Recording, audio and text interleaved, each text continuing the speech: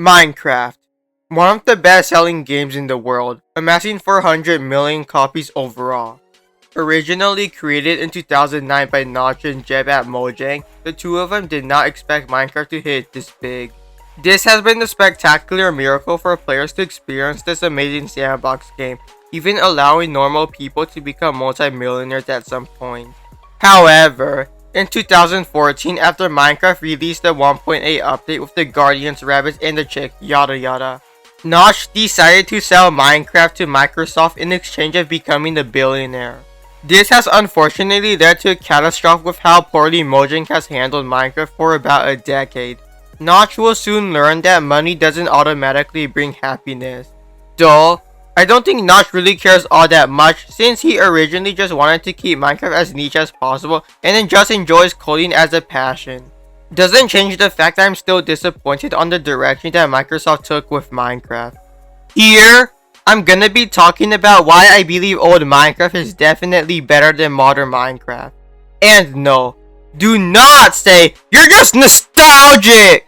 That's an extremely petty excuse that I keep seeing everywhere. This won't change my mind that old Minecraft is still better than modern Minecraft for many different reasons. I don't hate Minecraft the way it is now, it's still fun, but it just doesn't really feel the same to me as it did with all the stupid corporate slop going on in the game. So let's dive into deep detail on why exactly I personally prefer old Minecraft over new Minecraft.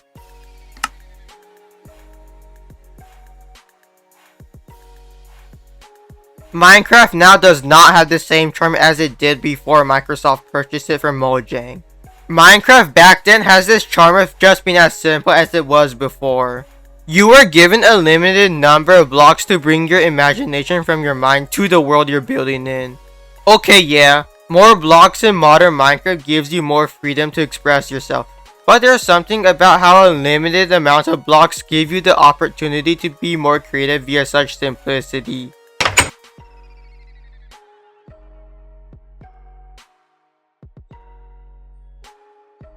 Not only does old Minecraft feel way more simple, but also feels more calmer and cohesive, in contrast to how modern Minecraft has been with the Mojang devs and how the updates aren't that organized and executed poorly, but I'll get to that later in the video. It's not like that a gazillion different things have been clogging down your throat. Like if Minecraft won't stop adding completely new features out of the ordinary decade by decade, everything would just be all over the place and you would have to learn way too much complicated stuff to get used to. What I'm trying to say is that if Minecraft updates continue to add more and more and more, it would just end up like that. What I would suggest is that Minecraft updates should just adjust some bug fixes or add a few new features to things that have been lacking, such as the end. Well, kinda. Definitely not too many goy slop all at once. While old Minecraft does add new features in each update every couple weeks, new Minecraft brings in new updates every year or so, but are very lacking. Another thing is that while a lot of the new textures have been improved and are more polished, I feel like that there's way more so implemented into the old textures. The netherrack, for example, looks very fleshy, making it a good texture for such a hellscape such as the nether. Now it's just some stupid red rock you see on Mars. Heck, the old netherrack texture being extremely ugly fits the nether very well. Change it and it literally becomes volcanic Mars. That's literally like when they replaced the walls of meadows of sunshine and rainbows with dark ghoulish dungeons full of blood and intestines inside a daycare of toddlers. I did say that the new textures are more polished and kinda a bit better on their own, but a lot of the new textures are quite blurry and they somewhat don't really fit with the tone all that much for me, but that's just me I guess. And the new textures also feel juicy, like very edible looking, but something feels off simultaneously. Like, most of the new ones are just the old ones and you just plaster them with oil to blur it even further. The old ones actually stand out and feel more defined despite some of them just being recolored textures. Bedrock is literally just cobblestone texture that has been compressed to the highest level possible. Also, another thing that I wouldn't talk about much is that the old music feels quite calm and relaxing, while the new music gives off a completely different tone and doesn't really fit the game all that well, but that's all I'm gonna say. But eventually, the charm that old Minecraft had in contrast to new Minecraft is that old Minecraft feels way more simple, No need to overcomplicate things with so many unnecessary features that overwhelm the player. Also, despite the new textures looking somewhat more polished, they don't really give off the same vibe as the majority of the old textures, and it's not because of nostalgia. So yes, there's something to me about how old Minecraft has the charm that modern Minecraft doesn't, since modern Minecraft also feels way too corporate and artificial to me.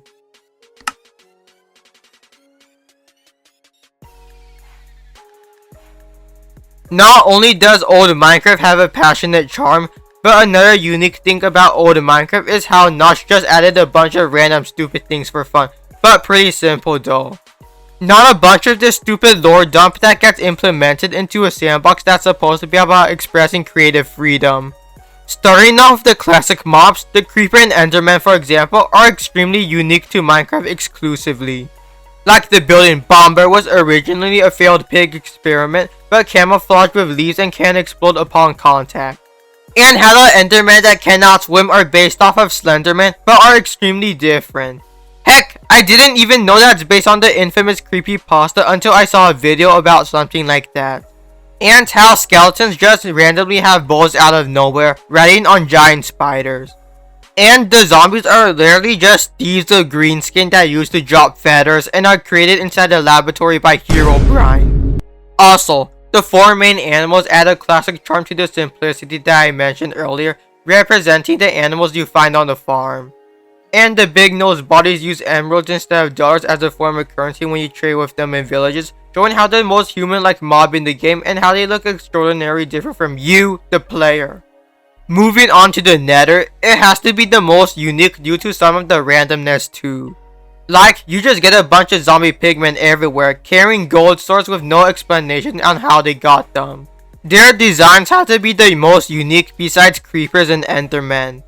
Also very chill with y'all unless you hit one of them. Heck, the green goo also adds the uniqueness to these undead swines, like it was originally going to be red, but changed to its complementary color for being too gory.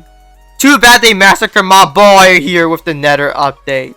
You also get white depressed octopus creatures flying everywhere that spit out fireballs. Or angry red flames that make metal rod sounds, or black skeletons that deliver a deadlier poison effect that influences into creating a destructive boss. The Nether is supposed to be hell, but has its name changed for obvious reasons. But still pretty unique with all the randomness going on in this hellish environment where you would be expecting red men with horns.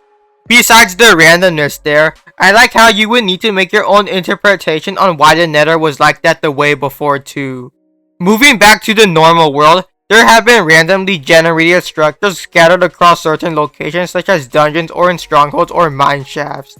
I'd rather prefer to keep these generated structures a mystery behind how they're created, so you can interpret your own lore behind how they're originally built through expressive creativity, instead of just Minecraft filling out the lore for you. That's because the whole theme behind Minecraft is creativity overall. It's actually pretty nice to leave a mystery instead of just lore dumping for you. Why did I mention how imagining what the lore could be inside your head as part of random, you may be asking?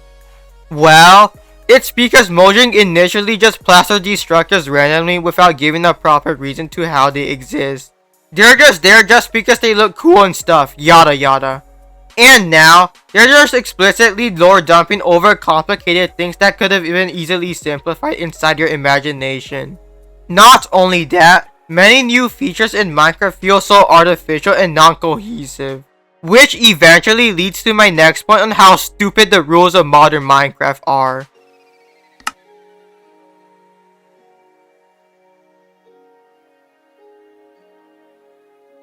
The Minecraft handbook that shows off the rules of how modern Minecraft feels extremely forced and ridiculous. One of the dumbest things I've heard about the handbook is that the creeper would have never made it to Minecraft if they followed the rules.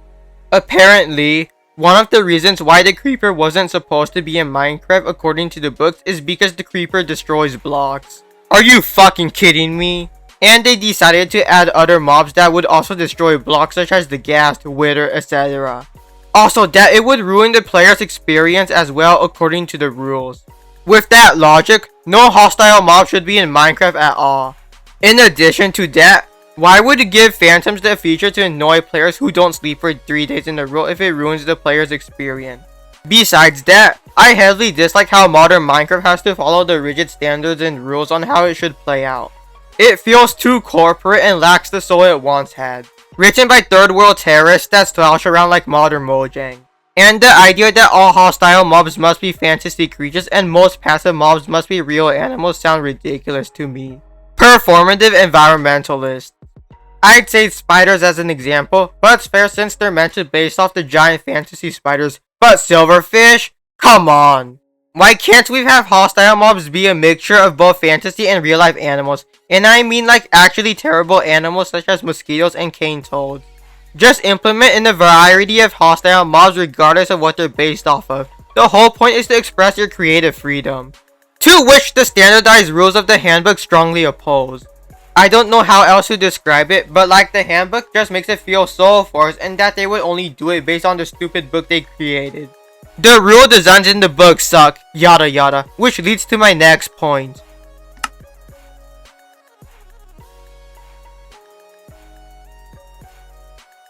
Yeah, I know what you're thinking. I actually don't hate Jeb at all, though. I hate the way he and Mojang have been handling Minecraft in the modern era though. I know old Minecraft has several flaws, but like, not as much as how modern Minecraft is being handled. Like anything after 1.13 has absolute abhorrent optimization. I know I repeated this so many times, but it just doesn't feel the same as it was anymore. The village update was cool though, but anything after that just went down the drain. That's when Minecraft was still absolutely peak at the time back in 2019. For me personally, that's the last time that Minecraft had that vibe. Minecraft from COVID to now just has extremely terrible management going on.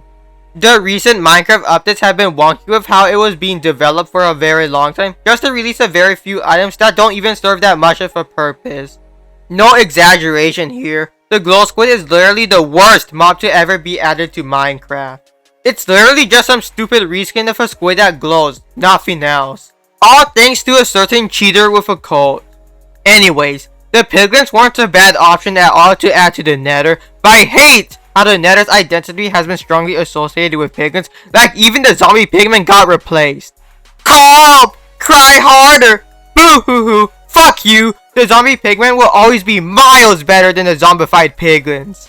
Like, why the hell do zombie piglins have skin that look way fresher than their original counterparts? I mean, Minecraft logic isn't supposed to be realistic at all, but that's just so stupid. Do the zombie piglins wash themselves in bleach generated by Grok to get pinker skin? You would never get to convince me that the new ones are better at all. It's cause of nostalgia! Too bad, the zombie pigmen look so much better on their own anyways. Also, the piglins have a role literally just as big as the creeper that the piglins get introduced as the main antagonist in both the Jack Black movie and the Legend spin-off that went Concord mode. The illager concept wasn't that bad of an idea, but why have them represent as the default humans? Heck, we should remake all the player models into villagers, mating them together like in Alabama. Also, all the new modern skins should look exactly like Steve but with shirts that are different colors. Except for that one chick from the 1.8 update. Anyways, the new updates suck doo-doo. Like, the sniffer is so overrated as hell, but I don't really pay much attention to it though. But from what I remember about it, you have to find an egg just for it to sniff flowers. Lame! I also didn't know that this mummified skeleton got added into the game until I looked at the Minecraft wiki a few days ago. I believe I missed so much stuff about how modern Minecraft's been developing. And Minecraft has also made a sandbox game way too easy as well. Like how you can find a large abundance of diamonds in less than 30 minutes in contrast to what makes old Minecraft a bit more challenging. I know this isn't supposed to be about whether Minecraft should be easy or not, just something I want to put out there. Though, it seems like that Minecraft has been divided into two separate editions, Java and Bedrock. Anyways, that's another point I'd like to make.